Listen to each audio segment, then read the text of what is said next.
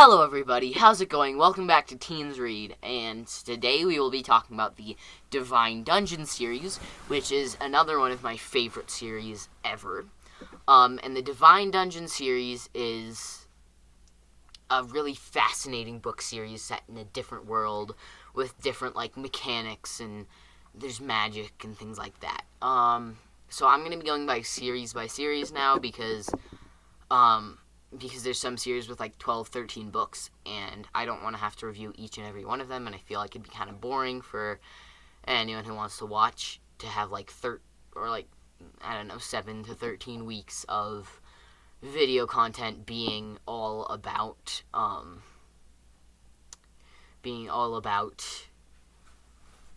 one book series. I feel like it's more interesting if we go series by series and keep it going quickly. So, the series Divine Dungeon, the series I'm talking about right now, is a really amazing series. And it has completely different world mechanics than Earth does. So, there's Essence, which is basically their magical power. And basically you gather Essence inside of yourself to become more powerful and more intelligent and more fast. And it can allow people to cast spells and make enchantments. And basically, Essence is the overriding currency for it all, really. Because it's kind of the most powerful thing. It can give you power rather than just money.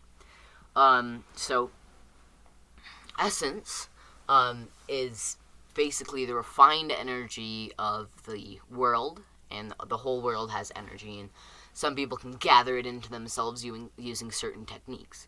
And as you gather more or less Essence, you gain ranks. And so F rank or G rank is the lowest rank for things that are non-sentient or have very low levels of brain power, I suppose.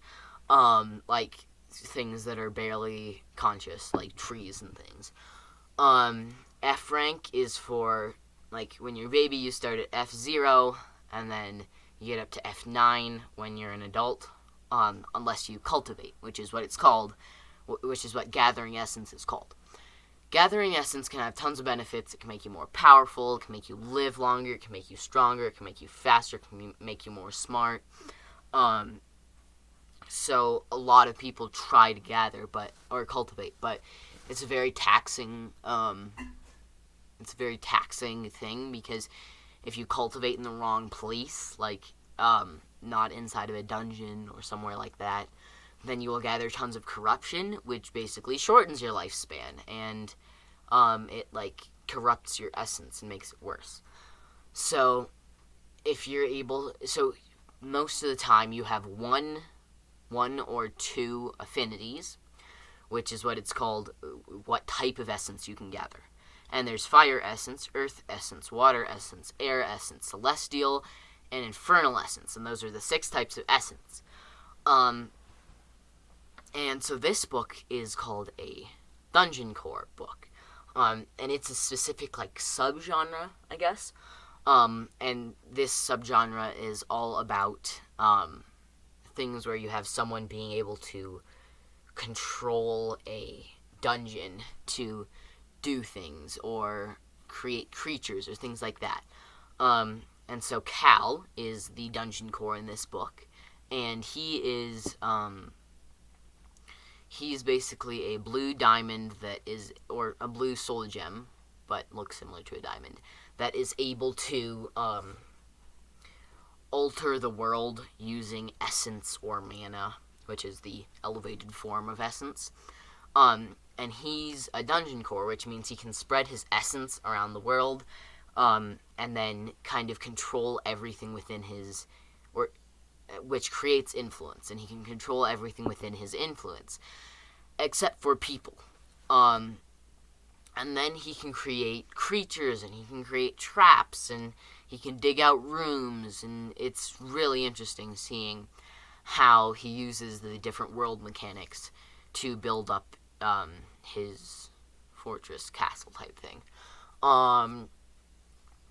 And so he basically lives down in a cave, and he has to build himself a whole network of traps and monsters to keep himself safe. So the fascinating thing about this story is how Dakota Kraut, the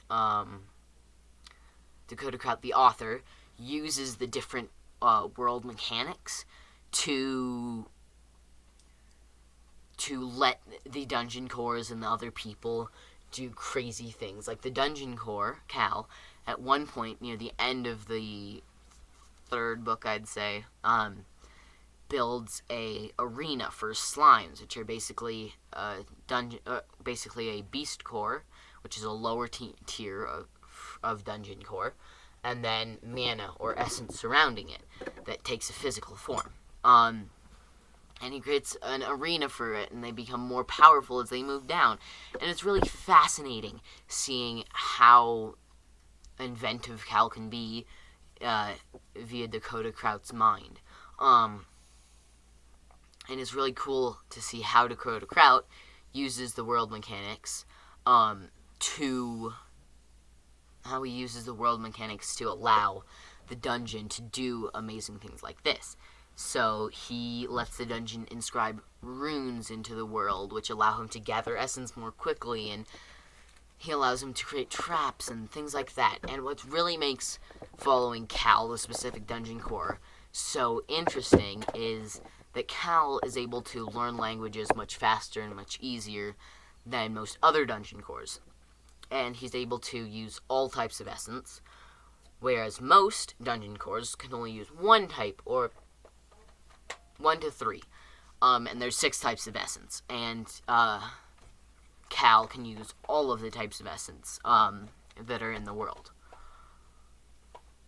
And it's fascinating to be able to see how Dakota Kraut uses that to make the dungeon really unique and special, while still making it seem like the dungeon has difficulties and isn't able to win every battle.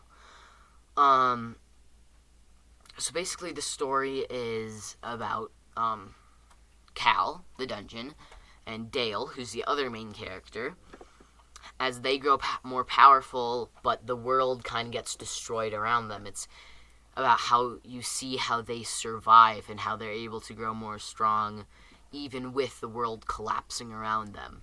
And it's really fascinating seeing how they manage to survive against insurmountable odds, almost.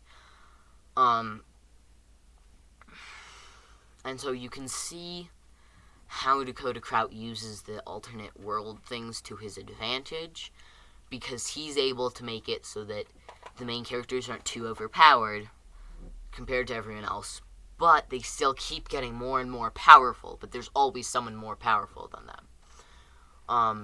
And it's fascinating to see that, and to see how strong they can become while it's still being balanced without one of them becoming way too powerful for anything. So, I think probably my favorite parts of this book are how the dungeon, Cal, is able to alter his dungeon completely, and how he's able to build traps, and how he's able to create monsters. And I really like seeing how he's so creative in combining different monsters and using essence to turn a monster in a specific way. And it's really interesting seeing how he's able to, since he's able to do things that no other dungeon or person can do, how Dakota Kraut makes him so inventive and smart, and how he's able to create so many different things. So, another thing that I really enjoy is, so basically it goes back and forth between Cal is building his base and Dale is attacking the dungeon. And it's my favorite parts are when Cal's building it, because you get to see all of Dakota Kraut / Cal's ingenuity and how he makes his dungeon unique compared to everyone else's. And I find that really fascinating, which leads into my favorite character is Cal, because he's so inventive and ingenuitive, and because he has so many different ways of making himself more powerful, and how you can see how he gets more and more powerful but he keeps having another thing to look forward to and another thing to try to do, and it's fascinating. Another of my favorite characters. I'm going to go by top 5 favorite characters because we're going series by series now. And my second favorite character is Danny, who is Cal's dungeon wisp, who basically is his guide through the world. And it's really cool seeing her because she's so wise and she's so capable and able to do things. Okay, my third favorite character is Dale, who is the other main character because he's able to, it's really interesting seeing his relations with the outside world, while Cal is he only really is able to speak to Dale. Dale is able to speak to everyone, and it's really interesting seeing how Dale, as like the discoverer, grows into himself and how he has to grow into a position of leadership. Compared to being a farm boy, he has to really grow into a position of leadership. Another of my favorite characters is Brianna, who's the dark elf princess, because she's really mysterious and she's a funny character, and she's really she seems really nice, but also very powerful. Of a character. And my final favorite character is probably Hans, who's one of Dale's group mates, really. Because he's a really funny character, but he's also very adventurous, and he's a leader in Dale's previous group, and he kind of is able to teach Dale about things. And it's really fascinating seeing how Dale can grow under his tutelage. And that is the Divine Dungeon series. If you have not read it, I would seriously suggest it. Again, it's one of my favorite book series ever. And I'm going to be discussing more Dungeon Core type books. And if you have any suggestions for Dungeon Core type books, send them my way. I love Dungeon Core books. They're probably my favorite genre at the moment. Anyway, I'm going to be talking about more Dungeon Core books sometime in the future. So, if you want to see more videos like this, make sure to leave a like and subscribe. And if you have any book ideas, especially Dungeon Core book ideas, make sure to leave them down in the comments, and I will be sure to check them out. Thanks for watching.